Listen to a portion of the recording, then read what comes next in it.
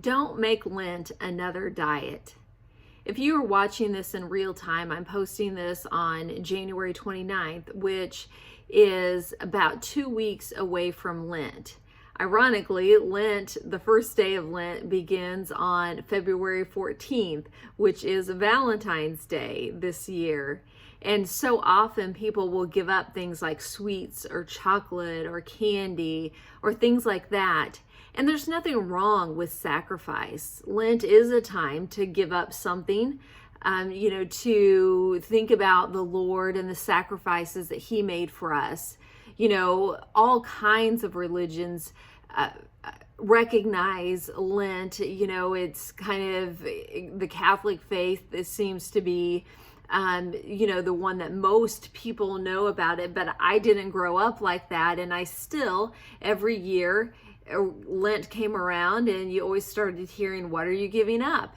And because I was so stuck in diet culture and a diet mindset, Lent was that great time to give up something, a food group, or fast from something during this time because it was in the name of the Lord, right?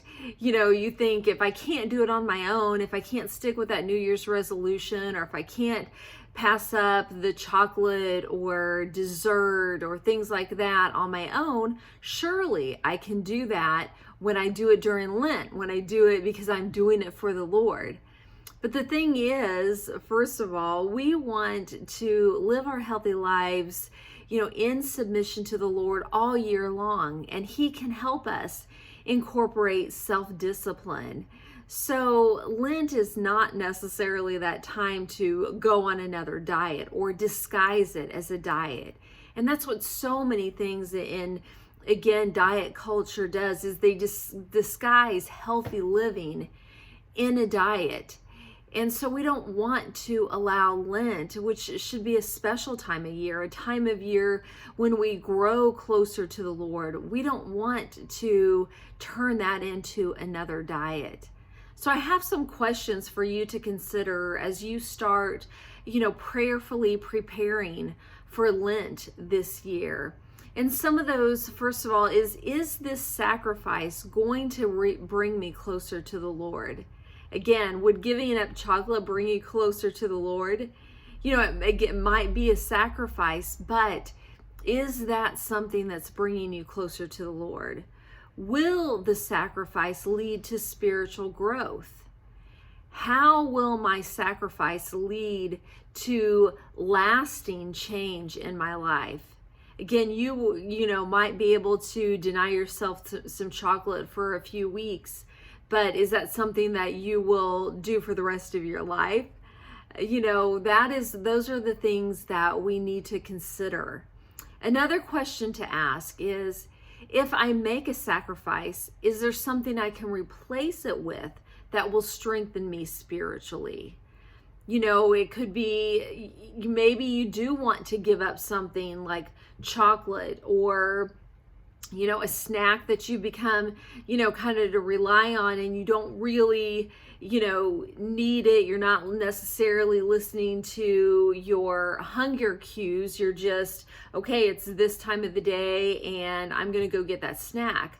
Well, if you are going to give up something like that, could you say, instead of having that snack or doing that thing, having that morning cup of coffee, can I turn that into a prayer time or a Bible study time?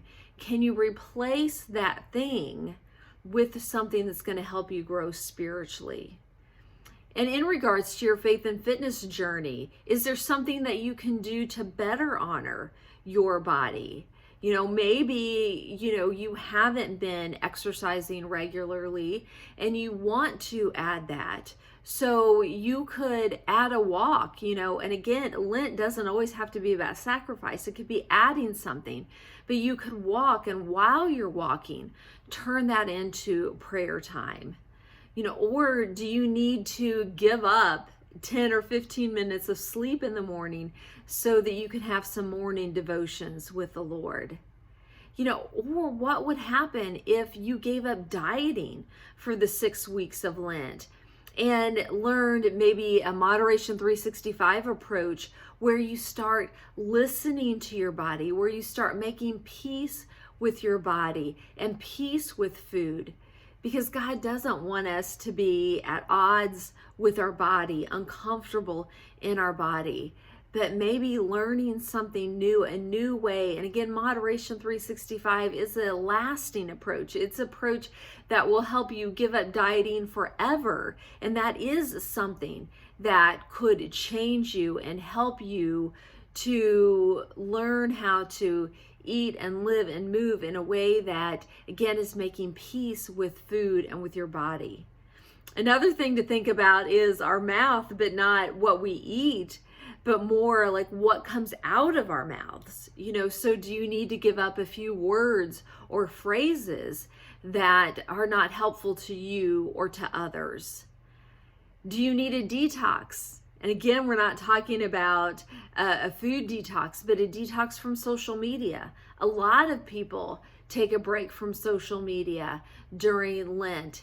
And, that seems to be a good thing. They, again, replace that time with maybe time with the Lord. Or when they're giving up social media, they're not being distracted by other things. They're not comparing themselves with others. They're not picking up yet another diet to try. So those are just a few things, a few questions to think about when you're thinking about Lent and what you're going to do. I wanted to share this early on to give you some things to consider. You have a couple weeks yet before Lent comes around. So I just invite you to prayerfully consider how you will approach Lent this year, how it will make a difference, a lasting difference. So maybe this year you need to think a little bit beyond chocolate or coffee and something more substantial that will have you growing in the Lord and living the life that He has called you to live.